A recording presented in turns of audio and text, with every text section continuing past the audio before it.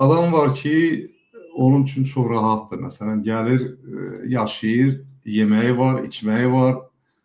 Yəni, belə bir məsələn, biz demokratiya uğrunda döyüşürük. Bəzən deyirlər ki, yaşadığın ölkədə demokratiya var da nə istəyirsən, döyüşürdün onun uğrunda, orada var. Amma biz dəyərli izləyicilər, Azərbaycanda demokratiya uğrunda vuruşuruq. Mən Əfqanla keçən dəfə söhbət edəndə bizim qonağımız idi.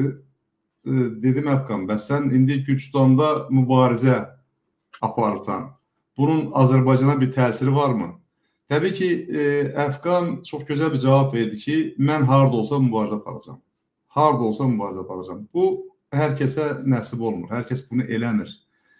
Bizim milyonlarla insanlarımız var ki, Azərbaycandan didərgin düşürlər müxtəlif səbəblərdən. Fərqi yoxdur. Niyə ailə qurub gəlib xaricə, niyə iş dalınca gəlib xaricə, niyə hər hansı bir vasitə ilə xaricə gəlib, niyə? Heç bir fərqi yoxdur. Demək ki, orada yaşamaq mümkün deyil ki, bu yola başvurubdur. İstənilən bir xanım, Azərbaycan xanımı, Azərbaycanlı kişi ilə ailə qurmaq istəyər.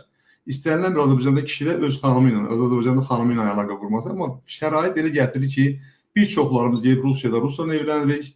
Bir çoxlarımız, tutaq ki, qızlarımız ərəbə də olsa, indusa da olsa, onları mən aşağılamaq istəyirəm o millətləri, hər kəs, amma bizim millət deyillər. Məcbur olurlar, ərə getsinlər. Niyə? Çünki Azərbaycan mühiti insanları çox olduqca sıxır. Sizin indi bu danışıqlarınızın hamısı bizim hamımızın həyatımızdır və bu həyat bəziləri üçün xoşdur. Amma Azərbaycanı düşünən insanlar çox xoş deyil. Azərbaycanı düşünən insan hər zaman bu həyatı Azərbaycanda yaşamaq istəyir. Mən məsələn maşın sürəndə, nə bilim mən bu rahat liftdə düşəndə, lift görürəm çox belə yüksək komfortla, məsələn liftdə enirsən, sürətlə gedirəm.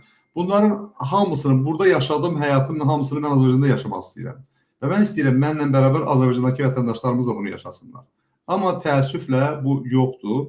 Və mən bilirəm, Fransada sizin üçün rahat deyil, mənim üçün İsveçdə necə narahatdırsa, var imkanlarım, var şəraitim, sizin də təzə gəlmişsiniz, imkanlarınız, şəraitiniz olacaq. Amma biz bu şəraitin, bu imkanların Azərbaycanda olmasını istəyirik. Çünki ora bizim vətənimiz, ora uğrunda mübarizə aparırıq. Amma bizi buradan didərgin salan bircə amil var. Diktatura rejimi.